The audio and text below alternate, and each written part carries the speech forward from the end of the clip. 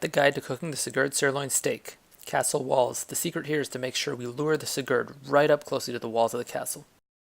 Sprinkle some salacious salt on top. Get some peppers of deception so we gain the trust of the meat.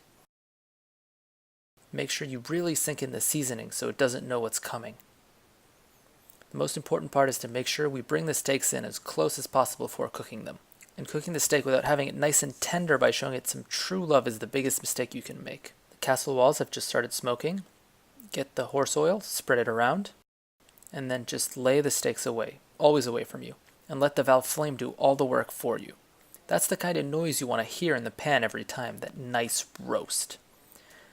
Make sure you get all angles of the meat, literally 30 seconds in the pan. You can see the color. Beautiful. That layer of fat on the back of the sirloin, you want to render that down as well. So back the meat against the wall, make sure it's surrounded so it can't escape. Tilt the pan, let all that hot fat olive oil run down the back and it starts to roast that steak even better. Put a little bit of garlic in, add a little flavor to the steaks. Doesn't need to be peeled, just lightly crushed and in. That gives some really nice flavor to the steak. Turning every minute to give it that nice even color. And if you're turning your steaks every minute, it starts to cook evenly. A little bit of naga herbs. Really nice to get that nice fragrant scent of naga. And some more horse oil. I quite like my steaks well done, so I make sure that my hands are well adjusted, generating the right level of heat from the valve flame. And now I'm going to start getting the chalfie sauce together. Little knobs of butter. This is where the steak starts to take on a completely different flavor.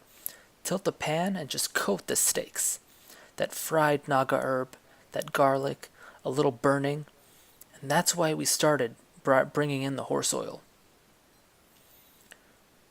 Get the garlic and sort of brush the top of the steaks to give it a little nice taste. Turn off the heat enhancer, take the steaks off and let them rest. And then from there, you want to slice, amazingly cooked. Well done.